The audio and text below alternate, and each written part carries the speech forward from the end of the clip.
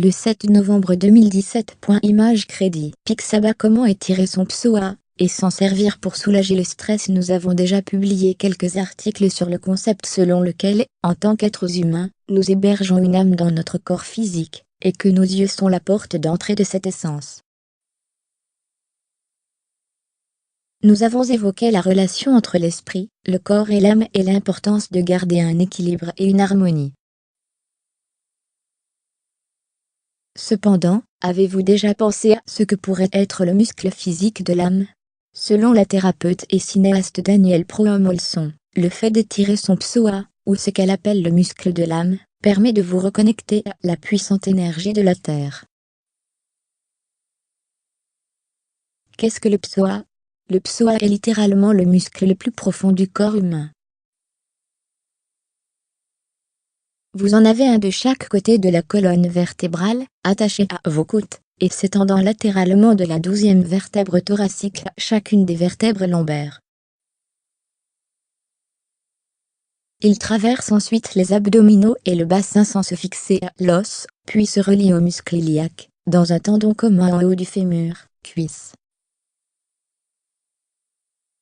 Le psoas est essentiel pour la bonne mobilité du corps, car il affecte notre équilibre structurel, l'intégrité musculaire, la flexibilité, la force, l'amplitude des mouvements, la mobilité articulaire, et le fonctionnement des organes. Sans votre psoas, vous ne pourriez pas garder une bonne posture, ou bouger vos jambes pour marcher.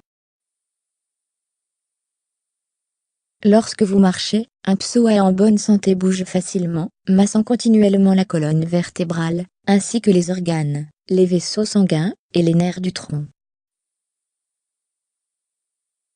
Ce processus favorise la circulation des fluides dans tout le corps, et crée le sentiment d'être ancré et centré.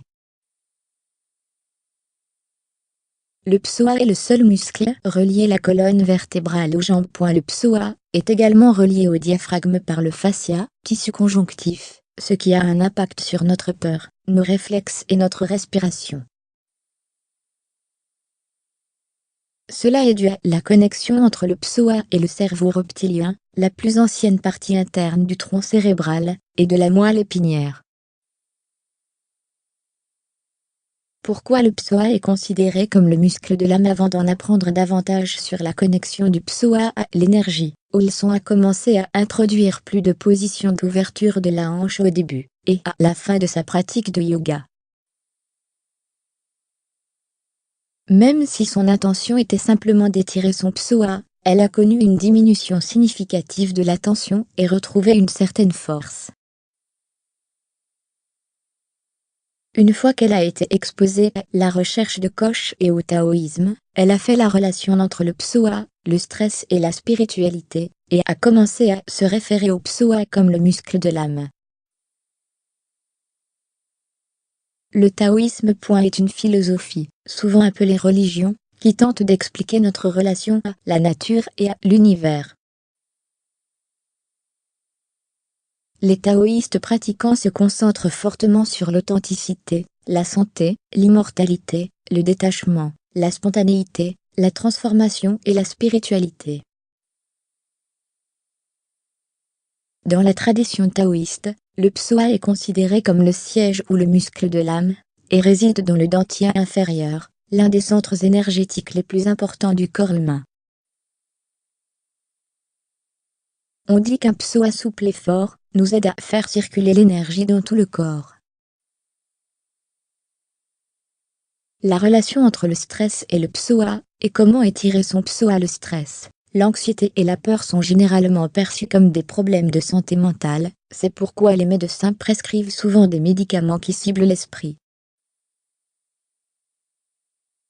Bien que cette approche ait aidé beaucoup de gens, nous devrions regarder le stress à travers une lentille plus large, et nous efforcer de comprendre ce qui cause ces déséquilibres émotionnels au départ, y compris quelle est la relation du stress avec le psoas. Grâce à leurs recherches, Koch et Olson ont découvert qu'en ouvrant le psoas, on peut libérer le stress et la tension à travers lui. Beaucoup de gens ont un rythme de vie effréné, caractérisée par le fait de passer la plupart du temps à un travail de bureau, et la plupart des soirées à faire la fête, jusqu'au lever du soleil, puis répète ce processus. Koch croit que les déclencheurs chroniques et le rétrécissement du psoas sont des produits de ce mode de vie malsain, ainsi que d'autres éléments communs de la vie moderne, comme les chaises sur lesquelles nous nous asseyons, et les pantalons constrictifs, et les chaussures que nous portons. Si nous contractons continuellement le psoas à cause du stress ou de la tension, le muscle se raccourcit, causant des effets secondaires négatifs comme la lombalgie, la sciatique, les problèmes de disque, la scoliose, la dégénérescence de la hanche, les douleurs menstruelles, l'infertilité et les problèmes digestifs. Si vous souffrez d'un de ces problèmes de santé, ou si vous cherchez à diminuer ou prévenir le stress, essayez les postures de yoga suivantes, qui aident à ouvrir le psoas. Savasana. Allongez-vous sur le dos, le bassin rentré, pour que la colonne vertébrale soit bien en contact avec le sol. Posez les bras au sol, paume vers le ciel, ou sur la poitrine, poings fermés, les yeux et relâchez tous les muscles. Respirez calmement, point fente basse et fente levée, posture du pigeon, position assise, les jambes croisées, Tadasana, posture de la montagne, Vrksasana, posture de l'arbre.